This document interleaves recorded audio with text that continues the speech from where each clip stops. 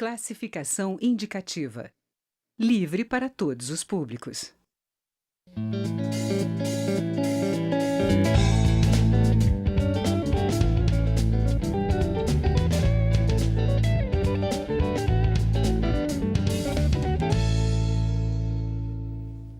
Um projeto do deputado Júlio Lopes, do PP do Rio de Janeiro, amplia os serviços que os cartórios podem oferecer à população a partir de convênios com o poder público.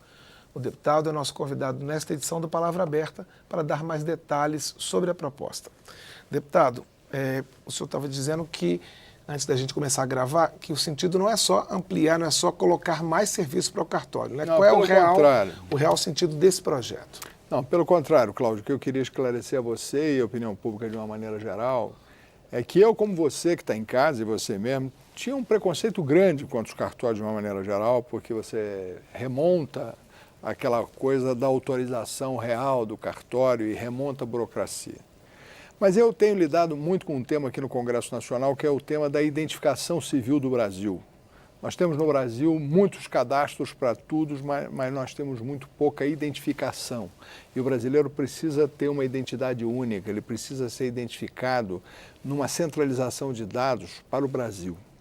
E aí, estudando como operam os ofícios, os cartórios de registro civil de pessoas naturais, eu percebi que eles poderiam ser grandes aliados nessa luta.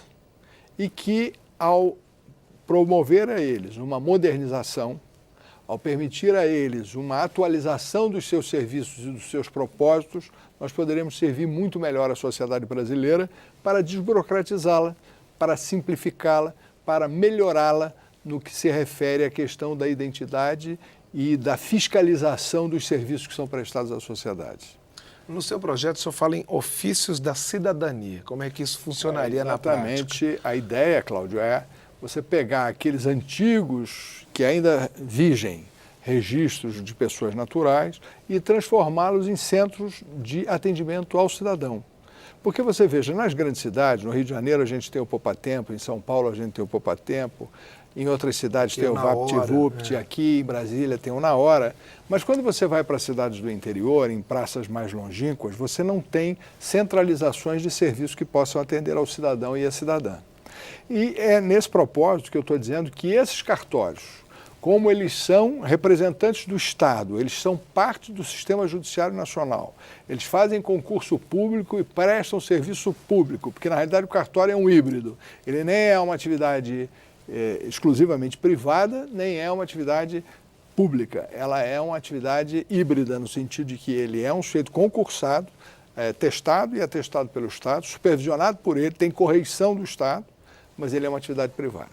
E é exatamente nessa mistura que ele atua com uma forma diferente, e a gente pode se servir disso. Então, para simplificar, o que eu quero é que a senhora e o senhor possam usar os 8.000 cartórios que estão espalhados pelos 5.000 municípios brasileiros para resolver a sua vida, para poder ir lá e pedir, por exemplo, um afastamento de doença, para poder fazer uma requisição de passaporte, para poder pedir o próprio auxílio gestante, para, enfim, tomar todas as providências civis que forem capazes de serem atribuídas aos cartórios por convênio entre os estados e os municípios e a própria União, de forma a facilitar a vida do cidadão. Nada mais será o ofício da cidadania do que um VaptVupt, do que um Poupatempo ou de que uma outra coisa qualquer que facilite a obtenção do cidadão de documentos vários que ele necessita para a sua vida cotidiana. Então, por exemplo, no município onde não houver uma agência do INSS, o cartório faria esse papel dessa intermediação do benefício, do serviço que a pessoa está precisando. Por que isso? Porque eu entendo que o cidadão, ao ter que gastar um recurso para deslocar, gastar um tempo para se deslocar, ele tem um desconforto e um investimento que ele pode reduzir em tempo e em conforto, se dirigindo ao cartório mais próximo da sua casa, pagando uma pequena taxa de conveniência que seja menor e muito menor do que o custo de deslocamento, o custo do tempo que ele gastaria para promover aquele serviço, e a sociedade, então, sem custo, vai se aparelhar com uma moderna atividade de facilitação, de desburocratização da vida cotidiana. E ainda que tem uma outra coisa, Cláudio, que eu queria chamar a sua atenção e da audiência que a gente está tendo, é o seguinte: eles vão e poderão nos ajudar numa coisa que é fundamental no Brasil, que é abraçar os doentes crônicos brasileiros. Os doentes crônicos brasileiros não estão identificados. O governo assiste aleatoriamente, sem saber quem são, onde estão, do que precisam os doentes crônicos brasileiros. Assim, os ofícios da cidadania vão nos ajudar a receber cada Cláudio, cada Júlio, cada Maria, cada Joana da sociedade brasileira que precisa de uma assistência, a ela estabelecer os dados biográficos e aí sim uma fotografia num padrão AIFA, que é um padrão de 10 pontos de identificação no padrão do FBI americano, e uma biometria. E a partir daí, na conjunção dos dados biográficos, da fotografia e da biometria, amparar o cidadão brasileiro que é doente crônico. Quer dizer, esse sistema evitaria o que o senhor falou no início, dessa duplicidade, dessa coisa dos documentos que não são unificados nacionalmente, né? Cada brasileiro tem 22 documentos.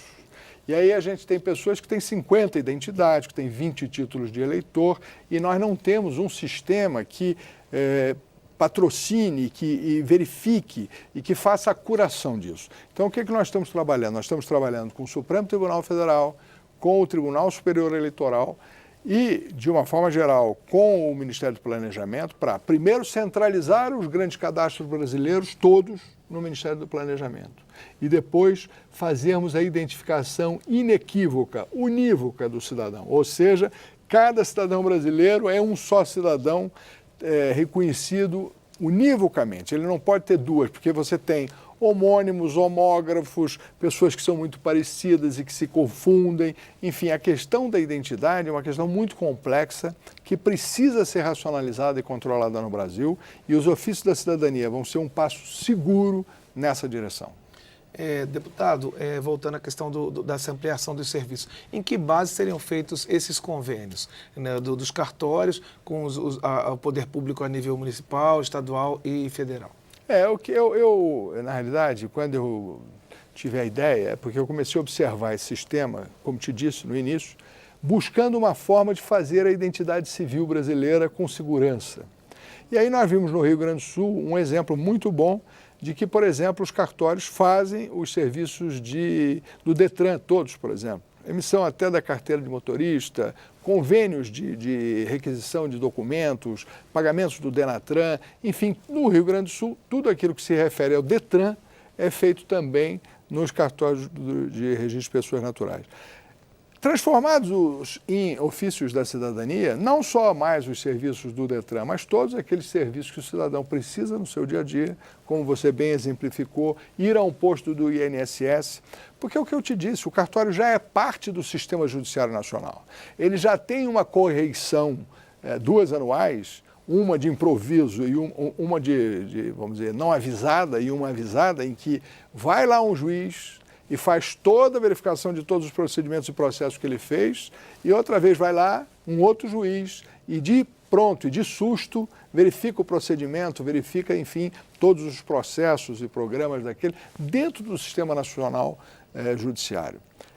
A utilização desse sistema com seu organograma, com seus mecanismos, subalterno ao CNJ, que é o Conselho Nacional de Justiça, isso vai dar uma funcionalidade, uma operacionalidade que nós não teremos jamais sem usar esse tipo de instrumento. E outra coisa, sem custo para a sociedade de uma maneira geral. Os serviços que serão remunerados serão aqueles que serão conveniados e que o cidadão vai pagar, se quiser, a taxa de conveniência, se lhe bem aprover. Se ele preferir ir ao INSS, ele pode fazê-lo. Agora, se ele quiser, do lado da sua casa, pagar uma taxa menor do que o seu custo de deslocamento e do que o seu tempo para obter aquele mesmo documento do lado da sua casa, ele vai poder fazê-lo também. Desburocratizar o Brasil e simplificar o Brasil é o que nós estamos tentando fazer na Câmara dos Deputados. Deputado Júlio Lopes, muito obrigado pela entrevista e sucesso para o caminho do seu projeto aqui na Câmara. Eu que agradeço. Muito obrigado a você que também nos assistiu. Este é o Palavra Aberta, uma produção conjunta da TV e da Rádio Câmara. Esta e outras edições do programa podem ser acessadas também pela internet. O endereço é câmara.leg.br/palavra aberta. Obrigado pela audiência e até o próximo programa.